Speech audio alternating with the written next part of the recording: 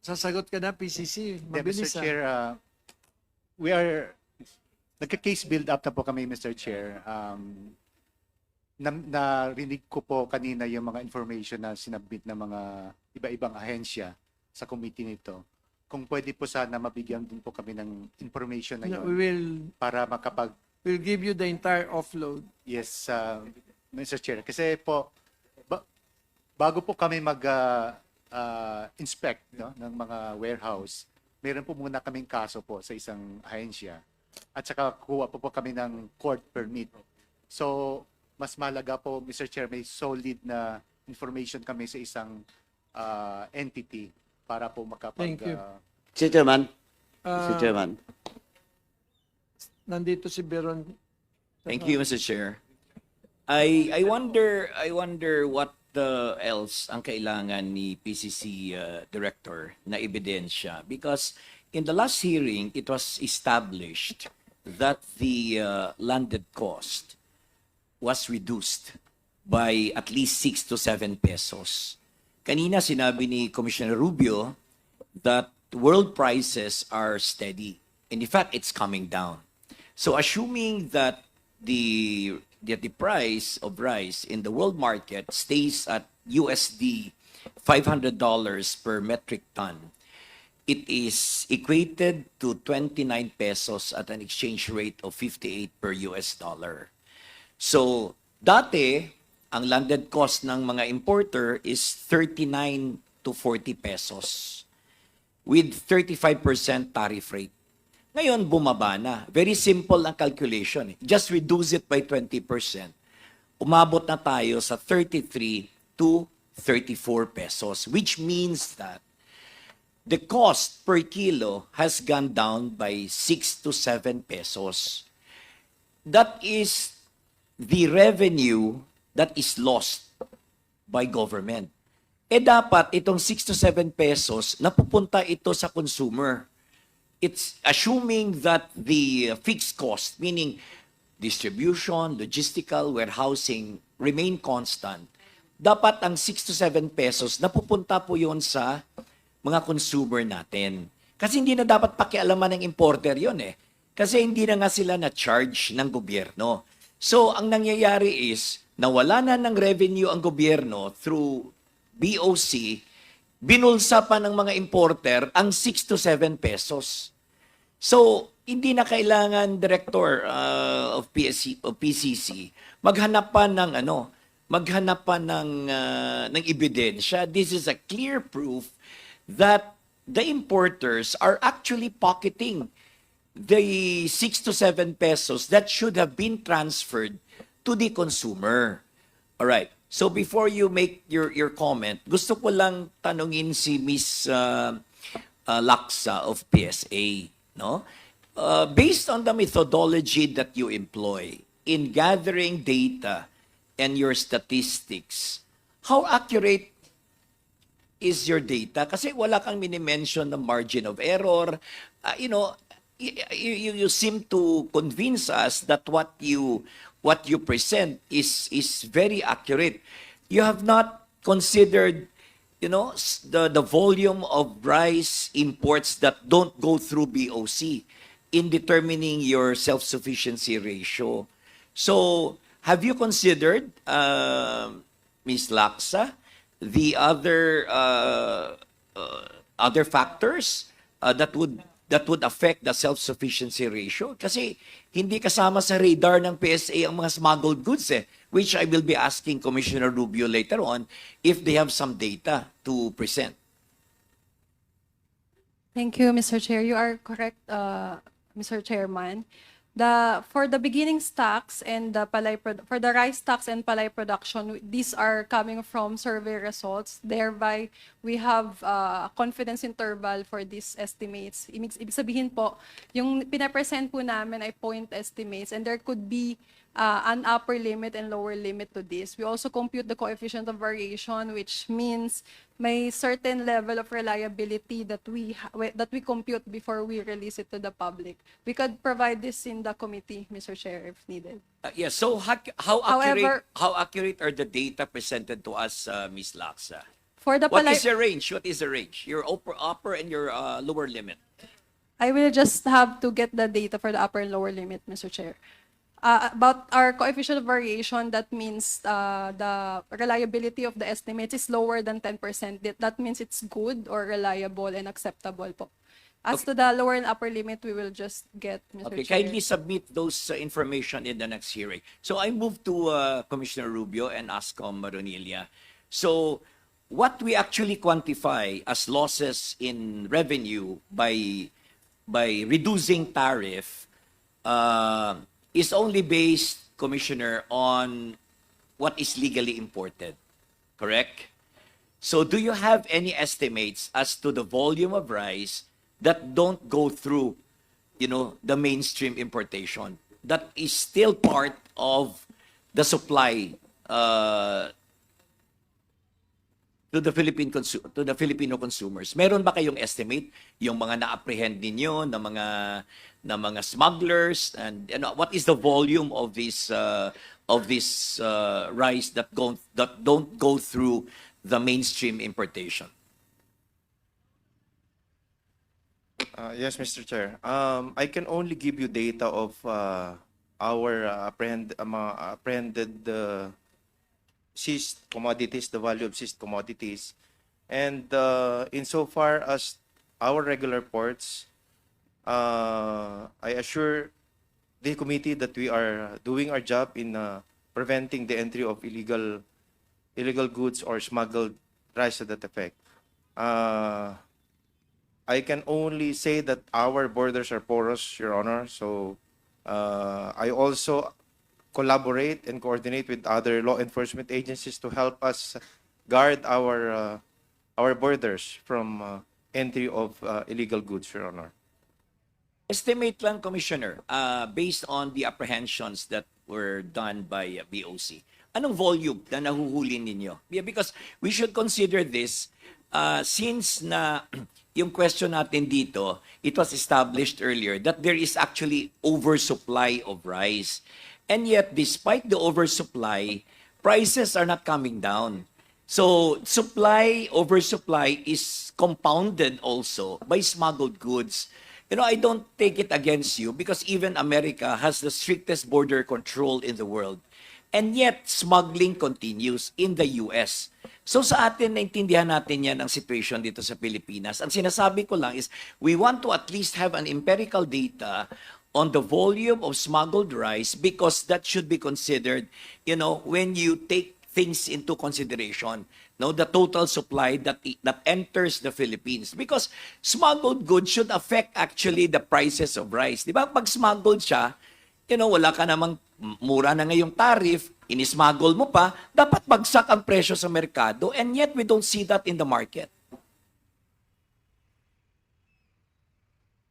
Yung yung data nyo lang, Combien, sa inyo lang, kung ano yung mga volume ng nahuhuli ninyo, like for 2024. Yes, Mr. Chair. For the estimates of our apprehended seizure on agricultural products is about 856 million. I'll just have to check the disaggregation, Your Honor. Can you give me time to Yeah, check sure. on the disaggregation? You just have to quantify in terms of metric tons specifically for rice. Yes, Your Honor. I'll check the disaggregation, Your Honor. All right.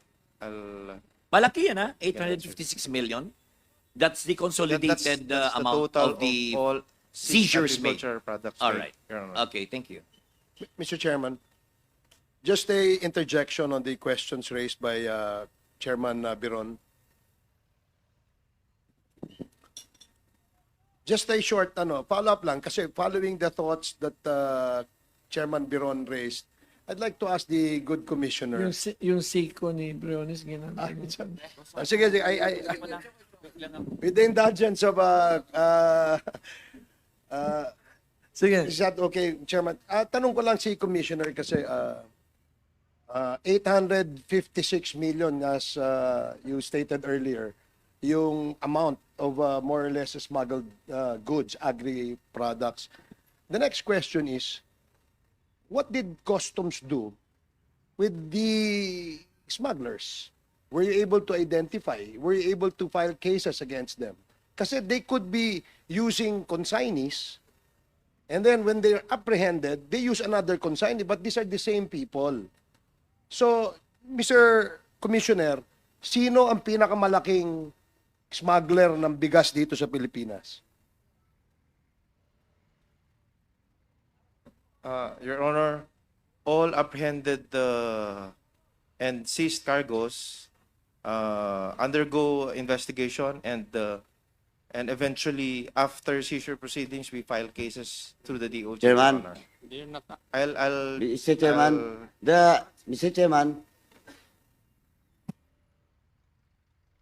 can I be recognized? Okay, Caps. Nauna pa ka mo supposedly mag-interject kay Chairman Barbers. Iba yung sa akin, but just to follow up, Commissioner, please directly answer. Sino? May kaso ba? Sino?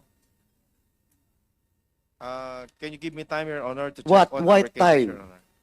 Why? I'll just have to check my data, Your Honor. Oh, okay. In a few I don't minutes, you have should it with answer me, the Your query of Chairman Barbers.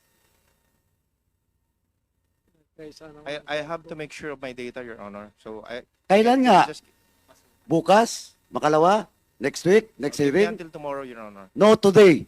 You check it in your record Okay, Your Honor. before this hearing ends. Naglulukuhan tayo dito, Mr. Chairman. Eh. Okay, Your Honor. You don't have the record now? I don't have the record with me now. Or you check with your records? Yes, Your Honor. Thank you. Sige, ikaw muna, then talagang si Briones na. Thank you, Mr. Chair, and to the Honorable Nikki Briones. Mabilis lang ako. In line lang doon sa napag-usapan kanina based on the presentation of NEDA. Because parang it seems, I read an article na yung DA gave a pronouncement na January pa mararamdaman yung pagbaba ng presyo. Can I get a clarification? Bakit kaya? Neda? DA, Mr. Chair. DA. May I request an answer from...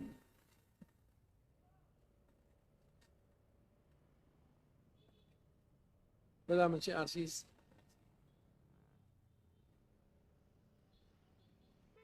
It was in the papers. I'm sure you're familiar. Yusek Chris. Yes, Your Honor.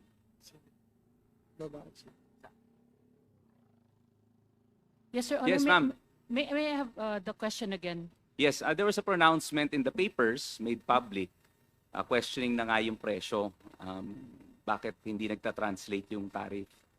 So, but based on the presentation of NEDA, meron na talagang manipulation. But as far as DA is concerned, based on that article, parang there's a discord. You don't believe that there is some manipulation going on. So baka, can we get clarity on that statement of DA?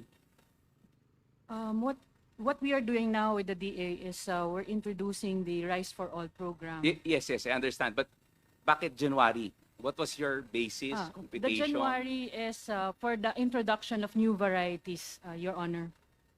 No, yung impact of the tariff, yung lowering of tariff. Kasi may pronouncement kayo eh.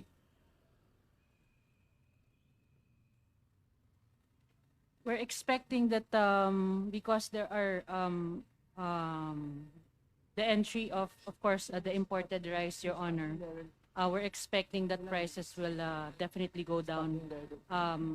Initially, we said it's October, and then now that we're looking at the stocks, and now we're looking that it might come down by January next year. So you are in the belief that there is no profiteering? Tama ba? Is that the understanding of the agency? Kasi January pa eh. So, parang based on that explanation, the stocks right now are still based on stocks purchased probably by June or even earlier. Tama ba? Your Honor, this is also a product of our conversations and discussions with importers and also with retailers. So they're saying, the importers are also saying that we might be expecting a lowering of price by next year, and also the retailers are saying that much of this would depend on how much they will be buying. Yes, rice. but isn't that confusing? Kasi may simulation din kasi kami dito eh. As far as our simulations are concerned, ito na yung ano, no? With landed cost, all the charges, wholesale prices by August, 40 pesos, 5% broken. October, yung dumating 38 pesos. And then November, 37 na. Ito na yung simulation namin. So, ito dapat yung nagta-translate, di ba? Or if I'm guessing, dapat yung August price, ito na yung nare-realize natin at the latest, di ba? But not June price. Sige, Yusek Chris. Mr. Chair, if I may, I think the one you're referring to is a September 24 issue, where our secretary mentioned about he expect a rice price drop by December or January. But it is the assumption na talagang magkakaroon ng Yeah, okay. trickle down of the magkakaroon so- effect yung lower. September po So what yung, is your belief now? Naniniwala ba kayo na mayroong manipulation sa presyo ang kagawaran? there's an imperfect market. There's a cartel-like Yes, your opinion. environment. Pero- Your opinion of DA. Meron? May manipulation sa merkado? there's a situation environment that can, yes sir. Pero we Okay. cannot say na kasi hindi naman kami directly involved on that. Nandito Yes. ang Anyway, DCC. Sige. But- But again, Yusek Chris, the last hearing na-establish natin, you are buying 42 pesos. You're selling at Selling 42. 42, yes. So kaya nga, 'di ba? So that's my point. So you are in the belief na mura dapat binebenta. Kasi walang subsidy 'yun eh. Tama? Yes sir. Okay. So anyway, because of course kanina pa naghihintay yung kaibigan ko. Anyway, pagbigyan ko na lang muna. Thank you. Thank you, Mr. Chair.